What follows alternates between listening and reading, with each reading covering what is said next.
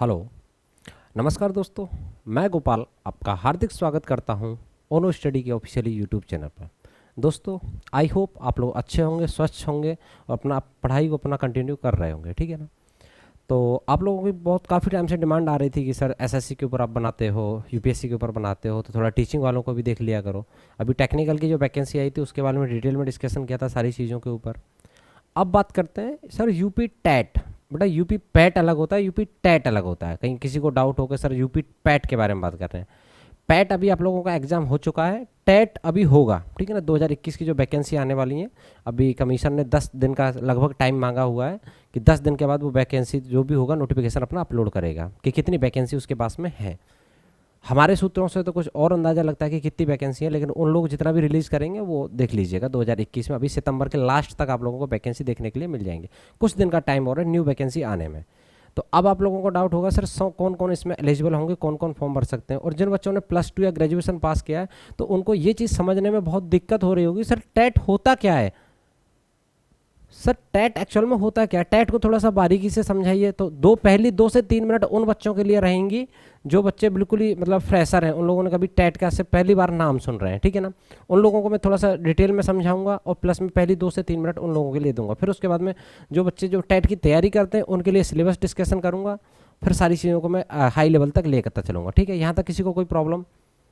चलिए अब उसके बाद में हम लोग बात करते हैं कि क्या हम लोग इस चीज़ के बारे में थोड़ा सा बात करते हैं कि सर टैट होता क्या है। बेटा जिस तरह से यूपी में, ठीक है ना, जिस तरह से उत्तर प्रदेश में पैट का पेपर हुआ है, ठीक है। पैट का पेपर क्यों हुआ है कि एक छोटा सा कॉमन टेस्ट लिया गया था कि ग्रुप बी और ग्रुप सी की पोस्टों के लिए, ठीक है। ग्रुप बी और ग्रुप सी की पोस्टों के लिए एक छोटा सा टेस्ट लिया गया पैट। अब जो पैट में पास होगा वही लेखपाल का फॉर्म भर पाएगा। यहाँ तक चीज़ें क्लियर हैं।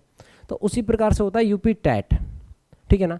यूपी टेट टीचिंग के लिए होता है। जिन लोगों को अपना कैरियर टीचिंग में बनाना है, जिन लोगों को अपना कैरियर टीचिंग में बनाना है तो उनको टेट होना कंपलसरी है। जिस तरह से आपका कोई भी छोटे से छोटा फॉर्म आ गया, एक एग्जांपल के तौर पे मैं रेलवे ग्रुप डी का फॉर्म उठा रहा हूँ। रेलवे ग्रुप डी में अगर आप हाई स्कूल पास हैं, +2 पास हैं, 12th पास हैं तो आप लोग एलिजिबल हैं। अब कोई बच्चा ये कहेगा सर मैं पढ़ा लिखा नहीं हूँ, मेरे पास 12th की डिग्री नहीं है, तो क्या मैं रेलवे में अप्लाई कर सकता हूँ। तो उस चीज़ का आंसर आप खुद उसे दोगे कि भाई आप नहीं दे सकते, ये कम से कम योग्यता है, ये कम से कम योग्यता है और इतनी तो होनी ही चाहिए, ठीक है। आप उसे आंसर दोगे, मैं नहीं दूंगा। तो वही चीज़ है कि अगर आप टीचिंग के फील्ड में अपना कैरियर बनाना चाहते हैं, अगर टीचिंग के फील्ड में अपना कैरियर बनाना चाहते हैं तो उसके लिए आपके पास में ये यूपी टेट क्लियर होना बहुत कंपलसरी होता है, ठीक है ना। और भी बहुत सारी डिग्रियां हैं, ऐसा नहीं कि यूपी टेट अकेला ही है। कोई मास्टर टेट मांग लेता है, सुपर टेट जिसको बोला जाता है, ठीक है ना। सेंट्रल का अलग से होता है, स्टेट का अलग से होता है। उन चीज़ों पर हम डिटेल में डिस्कशन करेंगे बाद में, पहले बेसिक से चलते हैं। अब उसके बाद में आपको अगर टीचिंग में, सर टीचिंग किस प्रकार की, क्या टेंडर बेस पे, क्या कॉन्ट्रैक्ट बेस पे, क्या प्राइमरी लेवल, जूनियर लेवल, किस तरह के प्रोफेसर बना दोगे क्या टेट की बेस पे, नहीं। अगर आप 1वीं क्लास से लेकर 5वीं क्लास के गवर्नमेंट टीचर बनना चाहते हैं सरकारी स्कूल में तो आप टेट की परीक्षा जरूर दें, ठीक है। यहाँ तक चीज़ें क्लियर है। अब उसके बाद में कुछ लोगों को डिमांड रहेगी कि क्या सर मेल फीमेल दोनों अप्लाई कर सकते हैं। जी हाँ, टीचिंग की जॉब दोनों के लिए है तो यूपी टेट दोनों मेल एंड फीमेल दोनों दे सकते हैं।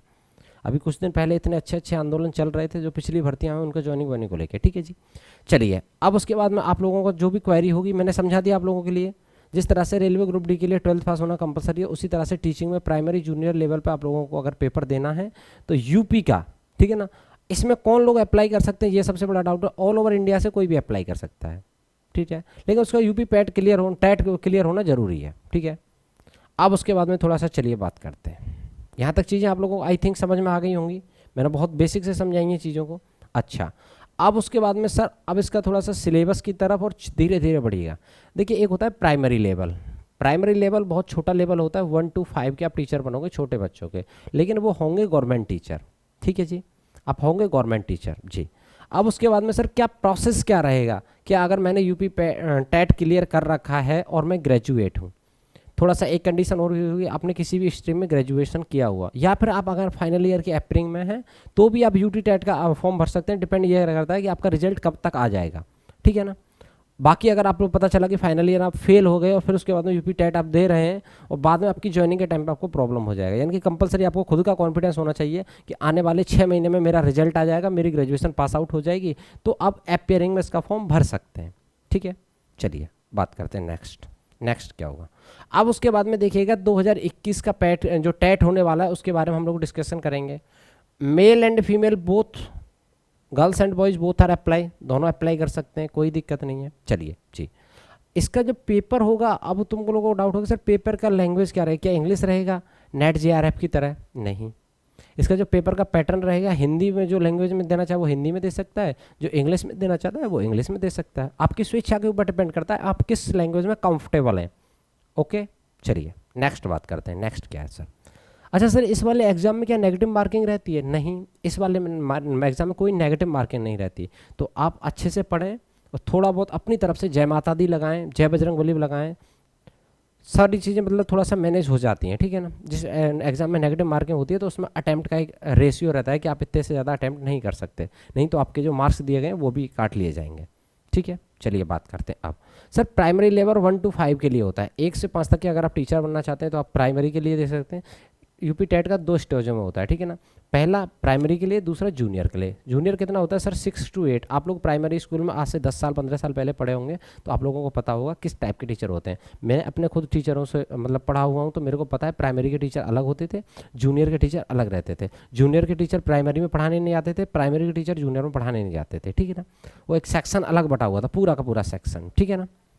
चलिए सर, अब उसके बाद में बात करते हैं। इनका जो सेक्शन होता है वो 6 to 8 तक होता है। यहाँ तक चीज़ें सभी को क्लियर है। अब उसके बाद में चलिए नेक्स्ट बढ़ते हैं। नेक्स्ट कहाँ पे चलते हैं? सबसे पहले हम लोग इसके सिलेबस के बारे में थोड़ा सा डिस्कशन करेंगे कि यूपी पैट का जो एग्ज़ाम का सिलेबस होता है 2021 का वो क्या पैटर्न रहेगा, ठीक है जी। चलिए देखिए सर, अगर आप CBT फर्स्ट एक तरह से बोलें कि प्राइमरी लेवल, ठीक है ना, प्राइमरी लेवल के लिए अगर आप अप्लाई करना चाहते हैं, 1 से लेके 5 तक के आप टीचर बनना चाहते हैं, गवर्नमेंट टीचर, गर्ल्स के लिए बहुत अच्छी जॉब है प्राइमरी टीचर, ठीक है ना। एक्चुअली क्या होता है, स्टार्टिंग में थोड़ा डिस्टेंस में मिलता है लेकिन बाद में 4 साल 5 साल बाद की पोस्टिंग बाद में आपके नियरेस्ट ज्वाइनिंग हो जाता है आपका। जैसे कि आप लोगों का अगर डिस्ट्रिक्ट पड़ता है दिल्ली, नॉर्थ दिल्ली, तो कुछ दिन के लिए आपको बाहर रखा जाएगा, देन आफ्टर दैट आपको अपने नियरेस्ट एरिया में दे दिया जाएगा, ठीक है ना। थोड़ा सा टाइम ड्यूरेशन एक फिक्स रहता है कि इतने दिन तक किसी नए एम्प्लॉयर को, नए टीचर को मतलब एकदम से होम टाउन में नहीं देनी चाहिए ज्वाइनिंग। वो एज क्राइटेरिया थोड़ा सा उन लोगों का क्राइटेरिया रहता है, तो उस चीज़ को आप समझ सकते हैं, ठीक है ना। तो ज्वाइनिंग आप लोगों की 2 साल 3 साल 4 साल 5 साल बाद अपने आप आपके होम टाउन के आसपास आती चली जाती है। एक एवरेज रहता है कि 15 किलोमीटर के एवरेज में आपको मिल जाएगी, ठीक है। चलिए अब बात करते हैं सर, अब इसमें क्या सर में रह गया, देखिएगा वह उम्मीदवार जो कक्षा 1 से और 5 तक का शिक्षक बनना चाहता है वह यूपी टेट के पेपर फर्स्ट में सम्मिलित हो। यानी कि अगर आप यूपी इसमें प्राइमरी लेवल के टीचर बनना चाहते हैं तो आप यूपी टेट के पेपर में आप सबसे पहले अप्लाई हों, ठीक है। यानी कि जाके आप लोग अप्लाई करें और पेपर में बैठें, ठीक है जी। अब उसके बाद में नेक्स्ट बात करते हैं। नेक्स्ट क्या होगा, अगर आप लोग total question number of question होते हैं इसमें 150। मैं थोड़ा सामने से हट जाता हूँ, हर बार शिकायत रहती है सर आप सामने खड़े हो जाते हो और ऐसे समझाते हो, जैसे मानो 150 क्वेश्चन रहेंगे, 150 मार्क्स के रहेंगे, एक क्वेश्चन 1 मार्क्स, ठीक है। आई होप यहाँ तक समझ पा रहे होंगे। सेक्शन कितने होंगे सर? सेक्शन 1 2 3 4 5। आपका 150 क्वेश्चन का पेपर 5 सेक्शन में बटा होगा।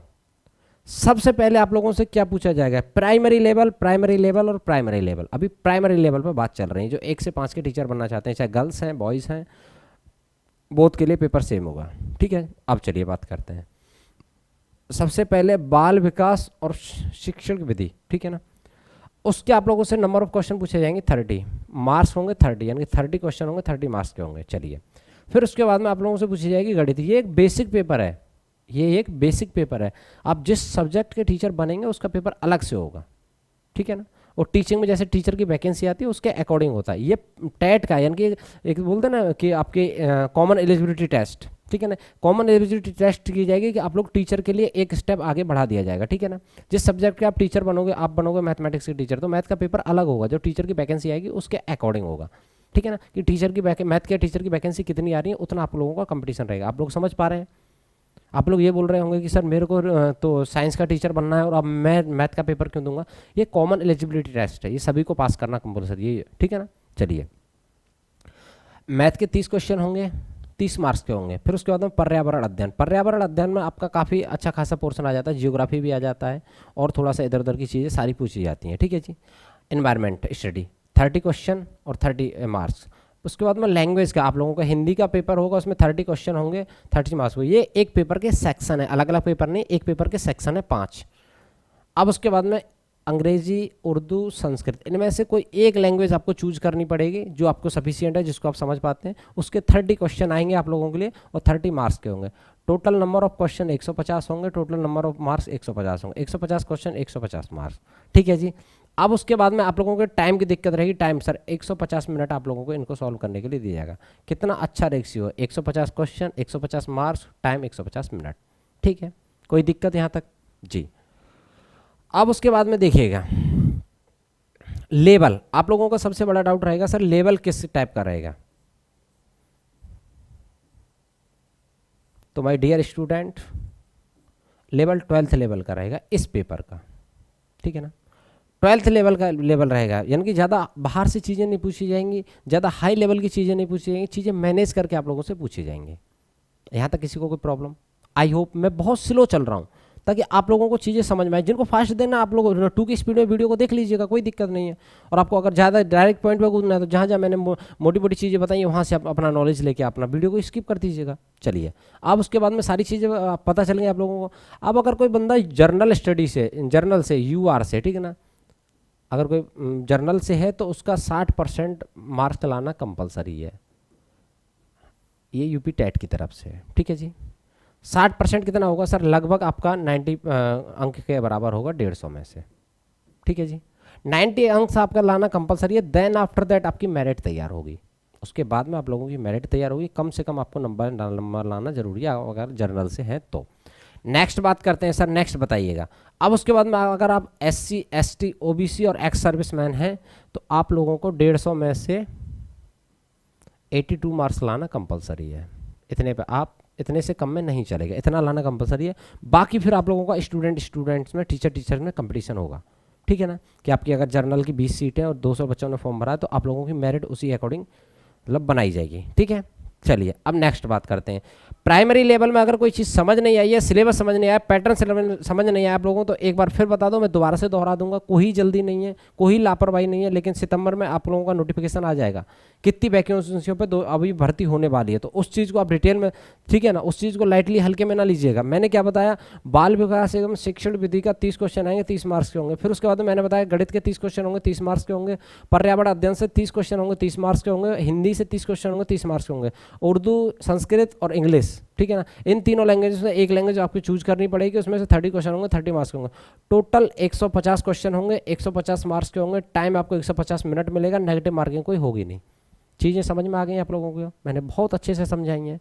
चलिए अब नेक्स्ट बात करते हैं, नेक्स्ट क्या होगा सर पैटर्न जी।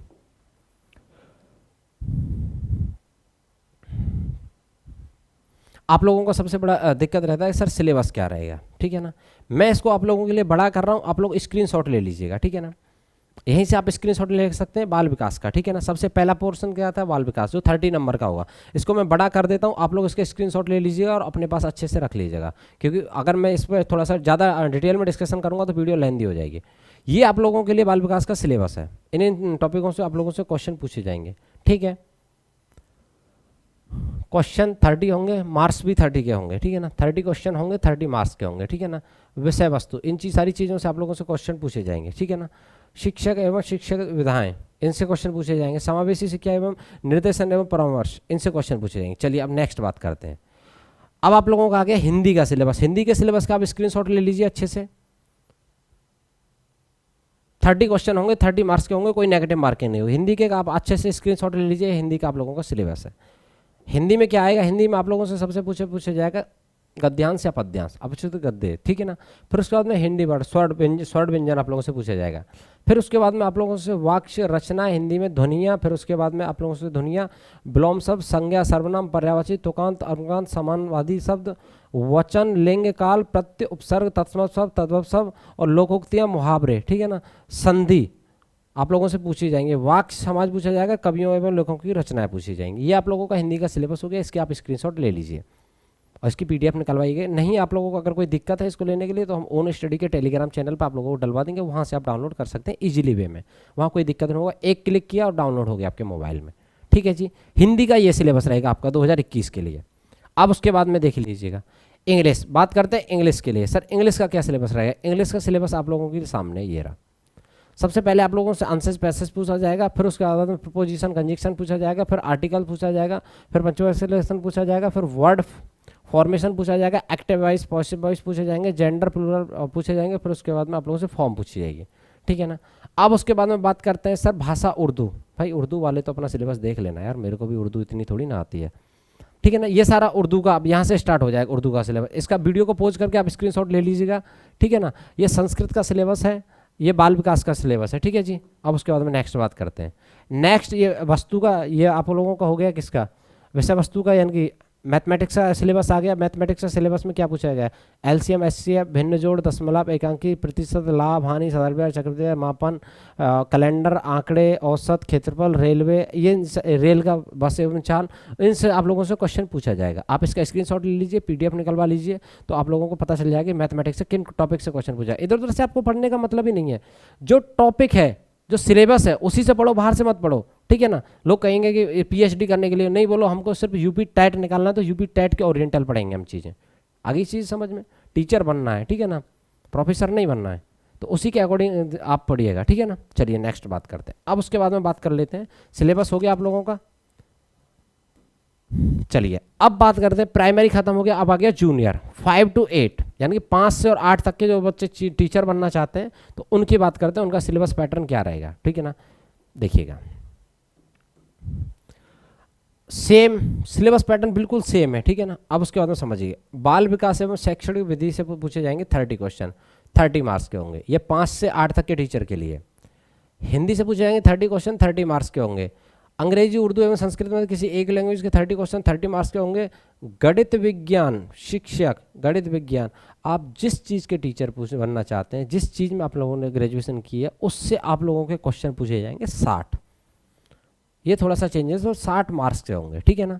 चाहे सामाजिक विज्ञान हो, चाहे कोई भी हो, अगर आपने जैसे कोई डिग्री कर रखी है हिस्ट्री, पॉलिटी, जियोग्राफी, इकोनॉमिक्स, तो उससे क्वेश्चन पूछे जाएंगे। वो डिपेंड करता है कि आपने ग्रेजुएशन किस में किया और आप किस सब्जेक्ट के टीचर बनने चाहते हैं, तो उसी से रिलेटिव 60 क्वेश्चन पूछे जाएंगे जूनियर के लिए। ठीक है ना। इसमें भी वही पोर्शन रहेगा, 150 क्वेश्चन रहेंगे, 150 मार्क्स रहेंगे, टाइम भी आप लोगों को 150 मिनट दिया जाएगा।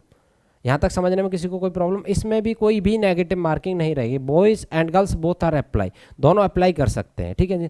कम से कम जर्नल के लिए 60% में हो जाएगा, 90 मार्क्स लाना कंपलसरी है। SC ST के लिए 82 मार्क्स लाना कंपलसरी है। इतने तो लाने, उससे ऊपर आप लोगों की मेरिट बनेगी। यहाँ तक चीज़ें आप लोगों को समझ में आ गई बहुत अच्छे से।